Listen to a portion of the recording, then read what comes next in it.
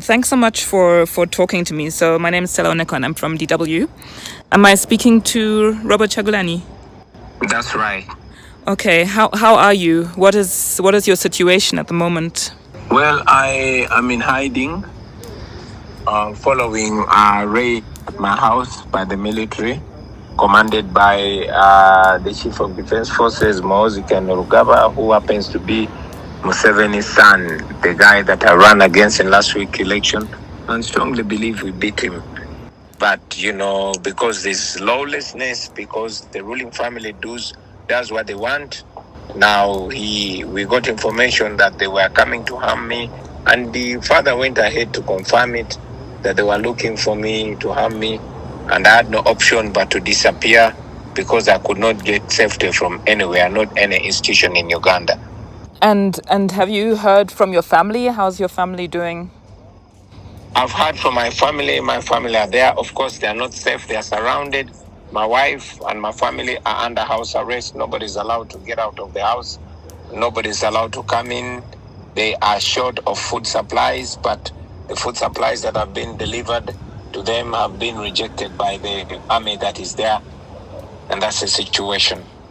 We heard that in another interview you gave that you are not that you're not going to try and legally fight against these election results. Why is that? We don't trust the courts in Uganda. The courts in Uganda are all serving the system. They're all serving the regime. Just today, as we speak, a new Chief Justice has just been appointed by Museveni. Today, now he's appointing a new Chief Justice to adjudicate a case where he is petitioned against. And the courts in Uganda have been part of the decay for a long time, to the extent that the recent election of 2021, the Chief Justice demonstrated bias, but also even a few times when the courts in Uganda have ordered for reforms, electoral reforms, the military regime has always flatly rejected them. So we see no hope and we have no confidence in the court system.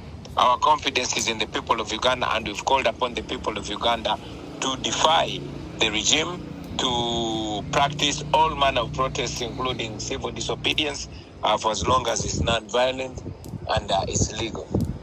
I know you can probably not reveal any of your plans because it might not be safe for you. Well, but we made it very clear throughout our campaigns that we are handing over responsibility to every Ugandan. When I was campaigning, I told the people of Uganda not to hold my placard or my portrait, but to hold the national flag, so that each one of us has an equal responsibility in the liberation of this country. Okay, so it's basically up to the people of Uganda, but right now, from what we were also there covering elections, and from what we've seen, there's quite heavy security everywhere. So it is also a lot to ask from people of Uganda, right? To go out and hold the flag. Absolutely. There's so much in Uganda to ask a Ugandan to hold the national flag proudly. That should be shocking to the free world. It should be shocking to see that it is dangerous for a citizen of Uganda to hold a national flag. You've seen the military and police arresting people and beating them up for having a national flag. Unfortunately, the situation where we are calls for so much. We have to give so much.